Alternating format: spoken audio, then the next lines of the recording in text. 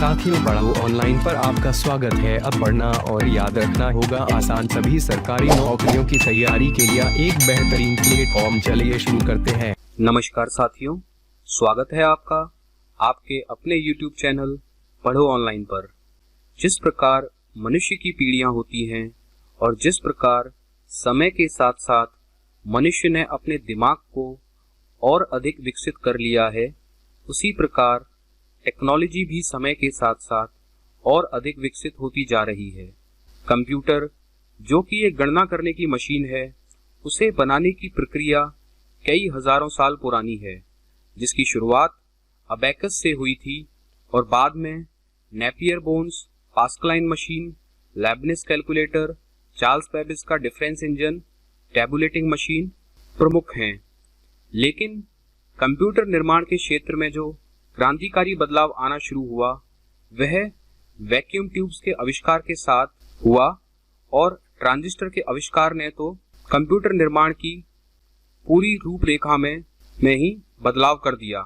1940 एवं दूसरे विश्व युद्ध के आसपास और बाद में कंप्यूटर टेक्नोलॉजी में लगातार सुधार होता गया और इस आधार पर कंप्यूटर की पीढ़ियों को कंप्यूटर के आकार, प्रकार, कार्यप्रणाली एवं कार्य क्षमता के आधार पर 5 पीढ़ियों में वर्गीकृत किया गया है। तो चलिए शुरू करते हैं कंप्यूटर जनरेशन, कंप्यूटर की पीढ़ियों से। तो जो कंप्यूटर की जो फर्स्ट जनरेशन है, प्रथम पीढ़ी है, उसका समय 1940 से 1956 है या 1946 से 1956। यहाँ पर साथियों 2 तिथियां दी गई हैं, क्योंकि अलग अलग जानकारों के हिसाब से पीढ़ियों का जो वर्गीकरण किया है वह थोड़ा बहुत आगे पीछे कई पुस्तकों में कर रखा है। पहली पीढ़ी के कंप्यूटर में मुख्य इलेक्ट्रॉनिक घटक कंपोनेंट के रूप में वैक्यूम ट्यूब्स एवं डेटा भंडारण, डेटा स्टोरेज के लिए चुंबकीय ड्रम, मैग्नेटिक ड्रम का इस्तेमाल किया गया था। तो जो प्रथम पीढ़ी के जो कंप्यूटर थे, उसका जो मुख्य इलेक्ट्रॉनिक कंपोनेंट था वह वैक्यूम ट्यूब्स थे। ये आप देख सकते हैं, इस तरह के वैक्यूम ट्यूब्स होते थे और वैक्यूम ट्यूब का जो आविष्कार है वह सन 1904 में जॉन एम्ब्रोज फ्लेमिंग ने किया था। Vacuum tubes sealed glass container से बने थे जो इलेक्ट्रिसिटी बल्ब के आकार के थे। कंप्यूटर के इंटरनल सर्किट में यह लॉजिकल एलिमेंट के रूप में वैक्यूम ट्यूब्स का प्रयोग होता था। वैक्यूम ट्यूब बड़ी होने के कारण प्रथम पीढ़ी के कंप्यूटर का आकार भी बड़ा हुआ करता था तथा यह वैक्यूम ट्यूब लगातार विद्युत इलेक्ट्रिसिटी के संचार होने के कारण जल्दी खराब हो जाते थे। वैक्यूम ट्यूब्स इलेक्ट्रॉनिक सिग्नल्स को कंट्रोल एंड एम्पलीफाई करने का काम करते थे।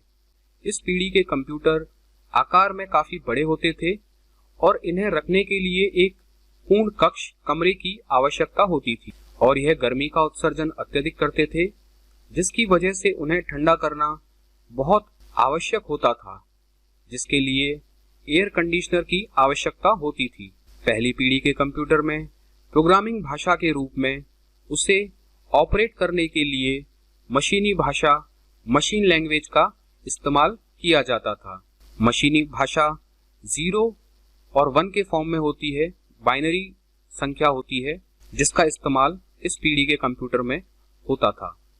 पहली पीढ़ी के कंप्यूटर में इनपुट के लिए पंच कार्ड्स और कागज टेप, पेपर टेप के द्वारा दिया जाता था। पंच कार्ड एक कठोर कागज का टुकड़ा होता था जिसमें फिक्स जगह पर छेद होते थे और यह डिजिटल डेटा का संग्रह करता था। पहली पीढ़ी के कंप्यूटर एक समय में एक ही समस्या को हल करने में सक्षम थे। फर्स्ट जनरेशन का सक्सेसफुल इलेक्ट्रॉनिक कंप्यूटर है वह इनिक है। ENIAC electronic numeric integrated and calculator था, जो कि JP Eckert and JW Mauchly के द्वारा डेवलप किया गया था। प्रथम पीढ़ी के कंप्यूटर के उदाहरण में प्रमुख है ENIAC, EDVAC, EDSAC, electronic delay storage automatic calculator, UNIVAC universal automatic computer, IBM 701, IBM 650। दूसरी पीढ़ी सेकंड जनरेशन, इसका समय 1956 से 1963। और इस पीढ़ी का जो मुख्य इलेक्ट्रॉनिक कंपोनेंट है वह ट्रांजिस्टर्स हैं। दूसरी पीढ़ी के कंप्यूटर में इलेक्ट्रॉनिक घटक कंपोनेंट के रूप में ट्रांजिस्टर्स का इस्तेमाल किया गया था। ट्रांजिस्टर्स बहुत ही कुशल, तेज, कम बिजली की खपत और पहली पीढ़ी के कंप्यूटर की तुलना में अधिक सस्ते और लंबे समय तक चलने वाले थे। ट्रांजिस्टर्स वैक्यूम ट्यूब्स की अपेक्षा में बहुत ही छोटे होते थे। दूसरी पीढ़ी में चुंबकीय core, magnetic core, primary memory और चुंबकीय टेप एवं चुंबकीय डिस्क, मैग्नेटिक डिस्क का सेकेंडरी मेमोरी स्टोरेज उपकरणों के रूप में इस्तेमाल किया जाता था। फर्स्ट जनरेशन कंप्यूटर की अपेक्षा यह कम गर्मी उत्सर्जित करते थे, लेकिन इन्हें भी ठंडा करने के लिए एयर कंडीशनर की आवश्यकता होती थी। इस जनरेशन के कंप्यूटर्स में प्रोग्रामिंग लैंग्वेज के रूप में असेंबली लैंग्वेज का उपयोग किया गया था और कोबल और फॉर्ट्रन के रूप में उच्च स्तरीय कंप्यूटर प्रोग्रामिंग भाषाएं, हाई लेवल लैंग्वेज इस पीढ़ी में विकसित हो गई थी। इस पीढ़ी का जो मुख्य इलेक्ट्रॉनिक कंपोनेंट है वह ट्रांजिस्टर है, जो कि एक सेमीकंडक्टर पदार्थ से बना होता है, जिसका आविष्कार बेल लेबोरेटरी में 1947 में वैज्ञानिकों विलियम शॉकले, जॉन बार्डेन और वॉल्टर ब्रेटेन द्वारा किया गया था। ट्रांजिस्टर सेमीकंडक्टर पदार्थ सिलिकॉन या जर्मेनियम से बना होता है, जो कि एक तीव्र स्विचिंग डिवाइस है। ट्रांजिस्टर का उपयोग करने वाला पहला कंप्यूटर TX0 था और इसे 1956 में पेश किया गया था। दूसरी पीढ़ी के कंप्यूटर के उदाहरण हैं Honeywell 400, IBM 7094, CDC 1604, CDC 3600, UNIVAC 1108। तीसरी पीढ़ी थर्ड जनरेशन 1964 से 1971, 1964 से 1971। इस पीढ़ी का जो मुख्य घटक था वह इंटीग्रेटेड सर्किट्स थे। तीसरी पीढ़ी में ट्रांजिस्टर के स्थान पर इंटीग्रेटेड सर्किट IC का इस्तेमाल किया गया था। एक IC ट्रांजिस्टर, रजिस्टर, कैपेसिटर इन सभी की एक बड़ी संख्या को एक साथ संगठित कर रख सकता है। तो जो इंटीग्रेटेड सर्किट होता है, जो IC होता है, उसके अंदर ट्रांजिस्टर, रजिस्टर, कैपेसिटर एक ही सर्किट में समा जाते हैं, जिसके कारण कंप्यूटर के आकार को और अधिक छोटा बना पाना संभव हुआ है। IC में लगभग 5000 ट्रांजिस्टर आ सकते थे।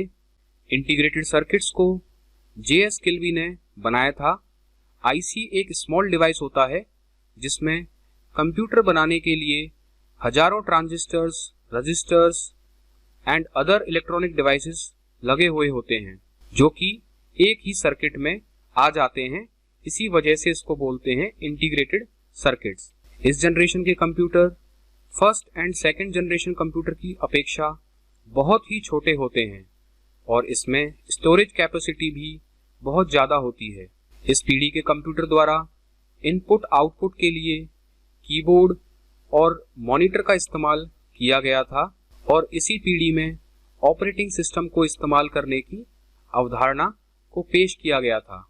मदरबोर्ड का इस्तेमाल भी इस पीढ़ी में शुरू हो गया था। तीसरी पीढ़ी में टाइम शेयरिंग, समय साझा और मल्टी प्रोग्रामिंग ऑपरेटिंग सिस्टम, बहु प्रोग्रामिंग ऑपरेटिंग सिस्टम की अवधारणा को पेश किया गया था। इस पीढ़ी के दौरान हाई लेवल लैंग्वेज फॉर्ट्रन सेकेंड से लेकर फोर्थ तक कोबल, पास्कल, PL1, बेसिक जिसका फुल फॉर्म है beginners all purpose symbolic instruction code, ALGOL 68 आदि का उपयोग किया गया था। तीसरी पीढ़ी के कंप्यूटर के उदाहरण हैं IBM 360, IBM 370, PDP-8, PDP-11, ICL 2900। चतुर्थ पीढ़ी फोर्थ जनरेशन 1971 से 1980 या कहें प्रेजेंट समय तक। और इस पीढ़ी का जो मुख्य इलेक्ट्रॉनिक घटक है वह माइक्रो प्रोसेसर हैं। इस पीढ़ी में माइक्रो प्रोसेसर की शुरुआत हुई, जिनमें हजारों IC एक सिलिकॉन चिप पर निर्मित की जा सकती थी। इस जनरेशन का कंप्यूटर अभी हमारे कंप्यूटर में यूज होता है। आलू के चिप्स के आकार के होने के कारण इंटीग्रेटेड सर्किट को चिप नाम दिया गया। माइक्रोप्रोसेसर एक सिंगल चिप होती है जिसका उपयोग कंप्यूटर में अर्थमेटिकल एंड लॉजिकल कैलकुलेशन को परफॉर्म करने के लिए किया जाता है, जिसे हम कंप्यूटर की भाषा में सीपीयू कहते हैं। सेंट्रल प्रोसेसिंग यूनिट वह माइक्रोप्रोसेसर यूनिट ही होती है। यूनाइटेड स्टेट्स ऑफ अमेरिका के टेड हॉफ के द्वारा माइक्रोप्रोसेसर का आविष्कार किया गया था। उन्होंने सबसे पहले माइक्रोप्रोसेसर इंटेल 4004 को डेवलप किया था और वो इंटेल कॉरपोरेशन के लिए काम करते थे। चौथी पीढ़ी के कंप्यूटर के उदाहरण हैं DEC-10, PUP-11, IBM 4341, star 1000, Apple second, alter 8800। इस पीढ़ी में सॉफ्टवेयर में graphical user interface GUI graphical user interface के विकास ने कंप्यूटर के उपयोग को सरल बना दिया था। घरेलू इस्तेमाल के लिए 1981 में IBM ने पर्सनल कंप्यूटर PC की शुरुआत की थी और 1984 में एप्पल कंपनी ने मैकिन्टोश कंप्यूटर लॉन्च किया था। पांचवी पीढ़ी 5th जनरेशन वर्तमान और आगे की प्रेजेंट एंड बियॉन्ड। इस पीढ़ी की जो मुख्य तकनीक है वह है आर्टिफिशियल इंटेलिजेंस। पांचवी पीढ़ी के रूप में एक नई तकनीक टेक्नोलॉजी उभर कर आई जिसे ULSI लार्ज स्केल इंटीग्रेशन कहा जाता है। इस तकनीक में माइक्रोप्रोसेसर चिप में 10 लाख तक इलेक्ट्रॉनिक उपकरणों को एक सिंगल चिप में शामिल किया जा सकता था। इस पीढ़ी में कृत्रिम बुद्धि आर्टिफिशियल इंटेलिजेंस की अवधारणा, वॉइस रिकॉग्निशन, मोबाइल संचार, सैटेलाइट संचार, सिग्नल डेटा प्रोसेसिंग को आरंभ किया गया।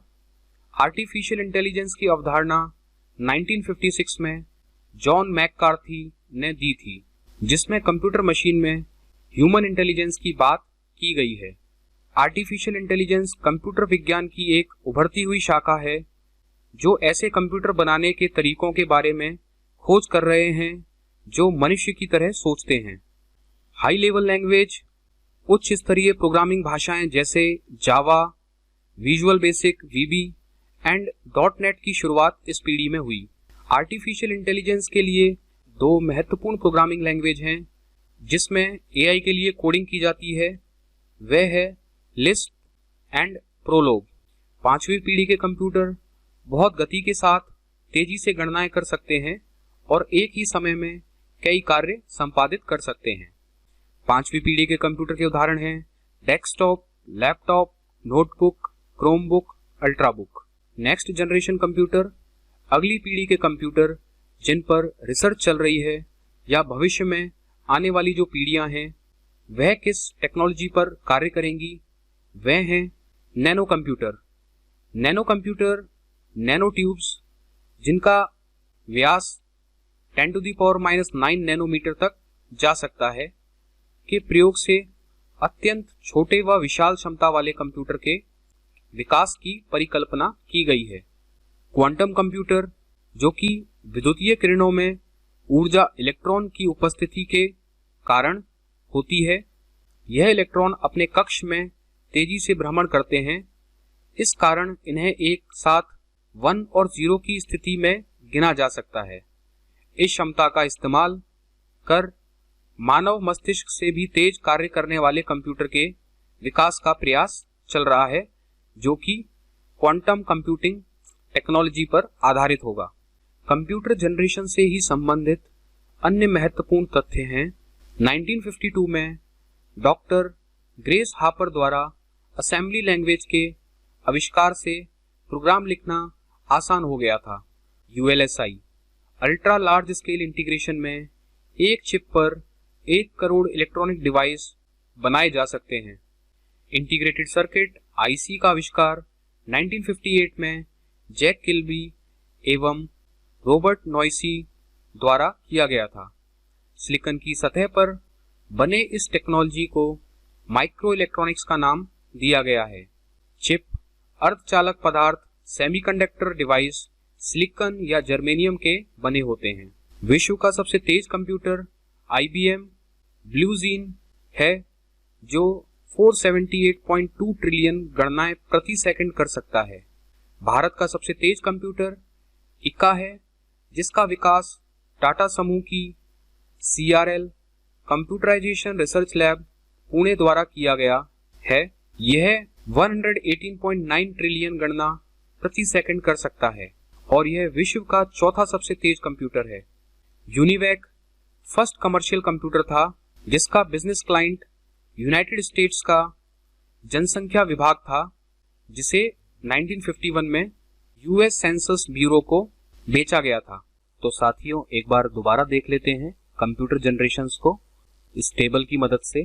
तो फर्स्ट से लेके फिफ्थ जनरेशन तक जो टेक्नोलॉजी यूज की गई थी उसमें फर्स्ट जनरेशन में वैक्यूम ट्यूब का इस्तेमाल किया गया था, सेकेंड जनरेशन में ट्रांजिस्टर का इस्तेमाल हुआ था, थर्ड जनरेशन में इंटीग्रेटेड सर्किट्स, फोर्थ में माइक्रो प्रोसेसर और फिफ्थ जनरेशन में आर्टिफिशियल इंटेलिजेंस की अवधारणा दी गई है।